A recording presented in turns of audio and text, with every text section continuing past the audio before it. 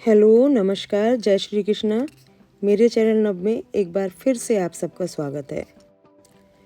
भक्त का प्रेम भगवान को साधारण इंसान बनने पर मजबूर कर देता है, चाहे सबरी के झूठे बेर हों अथवा घर घर माखन की चोरी। यहाँ तक कि इंसानों के सामने दाता ने भी हाथ फैलाकर दान मांग लिया। मथुरा के गोवर्धन की यह स्थली इस लीला के कारण भव्य बन गई। 5 दशक पूर्व सुनसान सी स्थली के बिना दरवाजे के बने छोटे से मंदिर में विराजमान गिरिराज शिला पर श्रद्धा और दूध की बूंदें गिरने लगी तो वक्त ने गगनचुंबी इमारत खड़ी कर दी और आस्था का समंदर मचलने लगा। तन्हा सी दिखने वाली दान की घाटी में ब्रह्मांड का वैभव नजर आने लगा।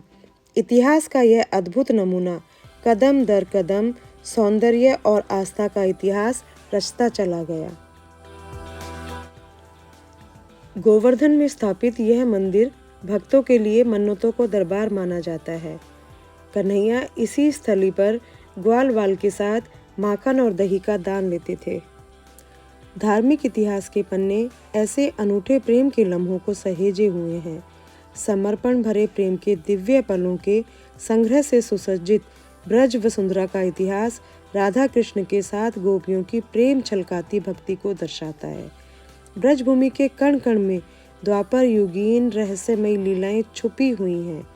मथुरा से करीब 21 किलोमीटर की दूरी पर स्थित कान्हा के स्वर्णिम इतिहास का गवाह पर्वत राज गोवर्धन की धरा प्राकृतिक सौंदर्य और भक्ति की अनूठी मिसाल है। करीब 4 दशक पूर्व प्रभु पर चुनिंदा पोशाक थी, परंतु बदलते वक्त के साथ प्रभु की मीनार पर स्वर्ण कलश, स्वर्ण ध्वज प्रभु के वैभव का यशोगान कर रहे हैं। चांदी के दरवाजे पर बनी नक्काशी नजरों को ठहरने पर मजबूर कर देती है। 51 किलो चांदी का छत्र प्रभु का गुणगान करने लगा और चांदी के सिंहासन पर प्रभु विराजमान होकर भक्तों को दर्शन देने लगे।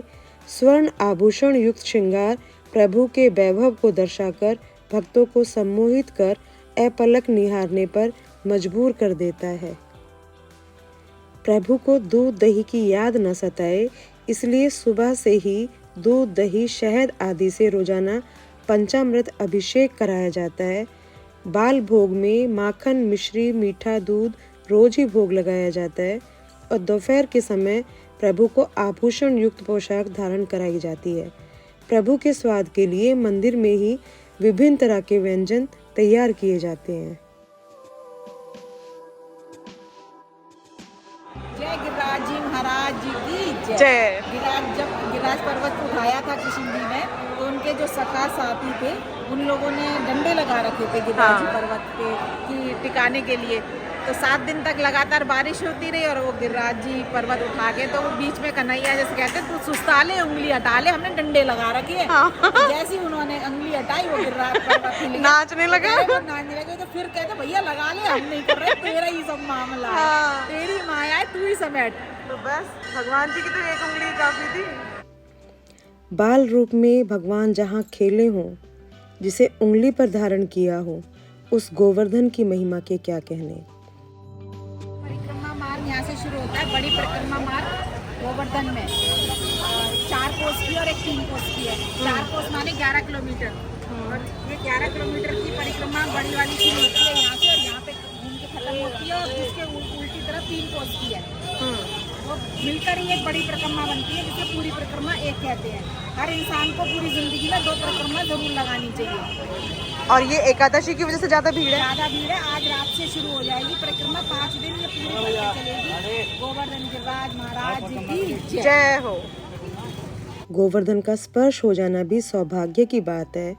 जैसे गंगा जी का जल पवित्र है, वैसे ही गोवर्धन का पत्थर पूजनीय है। गोवर्धन के पत्थर में ऐसी अद्भुत बातें हैं, इसलिए इसे भक्त सहेज कर रखते हैं।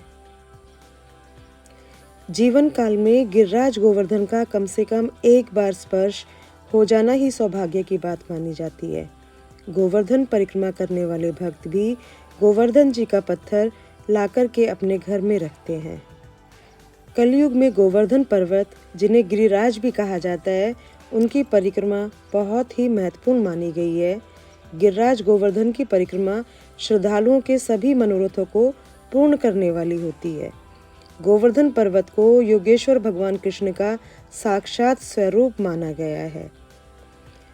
गिरिराज गोवर्धन को प्रत्यक्ष देव की मान्यता प्राप्त है। गोवर्धन की परिक्रमा लगाने से मनोरथ सफल होते हैं, ऐसा भक्तों का अनुभव है। परिक्रमा लगाने के भक्तों के अपने तरीके हैं। कोई नंगे पैर परिक्रमा करता है, कोई दंडवत प्रणाम करके परिक्रमा करता है और दान घाटी से ही यह परिक्रमा शुरू करती है। जहाँ पर माथा शुरू में भूमि पर लगा था, वापस वहीं आकर परिक्रमा पूरी की जाती है। कभी कभी कोई भक्त या संत 108 बार, कोई 1008 बार प्रणाम करके भी आगे बढ़ते हैं। इस क्रम में कोई समय सीमा नहीं है, कई का जीवन ही बीत जाता है। कई संत परिक्रमा करते करते अपना शरीर पूरा कर लेते हैं। दंडवत परिक्रमा करने से अहंकार नष्ट हो जाता है और भगवान के प्रति प्रेम और समर्पण दृढ़ हो जाता है। गोवर्धन पर्वत आज कलयुग में भी बहुत पूजनीय है। ऐसा माना जाता है जो भी व्यक्ति गोवर्धन की परिक्रमा करने जाता है उसकी मनोकामनाएं जरूर पूर्ण होती हैं। इसलिए एक बार जीवन में इस पवित्र धाम के दर्शन जरूर करने चाहिए। जय श्री कृष्णा। कल जो है वो देव उठनी काशी है, उसमें बोलते हैं उठो देवा जागो देवा उंगलियां चटकाओ देवा। अच्छा, हमारे यहाँ दूसरी तरह से बोलते हैं, उठो देव बैठो देव, देव उठेंगे कार्तिक मास, इस तरह से गाते हैं।